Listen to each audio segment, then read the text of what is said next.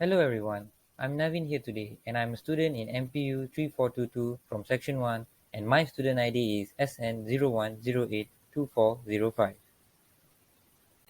Today I'm going to explain about programming languages. Let's start. The first question as everybody will be asking is, what is programming language? Well, programming language is a formal language used to communicate to a computer.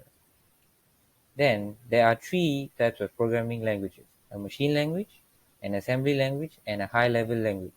A machine language is the only language that the processor actually understands. Well, to make it easier, for us humans, it is quite difficult to understand. So it's only meant for just the processor. Then, the assembly language is a mnemonic code, which is pretty much words and numbers which will represent each machine operation. Then we have the high-level language, which uses English words and mathematical symbols to represent instruction in programs. Okay, let's dive deep into these three languages. First of all, a machine language consists of binary codes, which is just 0 and 1.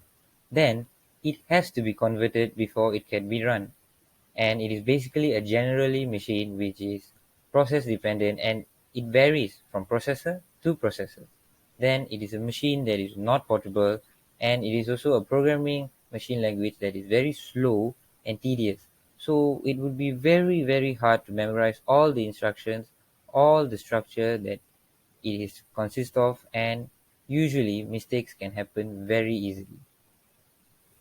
After that, we have the assembly language, which is easier to understand and we can memorize it compared to the machine code, but still it would be quite hard for us to use. This language, however, is processor dependent and it is also not portable. Therefore, it can't be processed directly by a computer, but to process this to a computer or a processor, we must convert it first to a machine language using an assembler. After that, the final language we have is the high-level language. A high-level language is designed to simplify computer programming, which is written in a form that is close to our human language. Then, this language, however, is portable. It is also processor independent and the programming structure is problem oriented.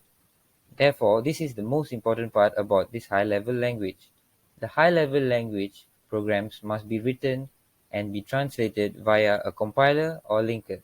For example, a high-level language such as Java, Python, you must be compiled and translated in a compiler or linkers.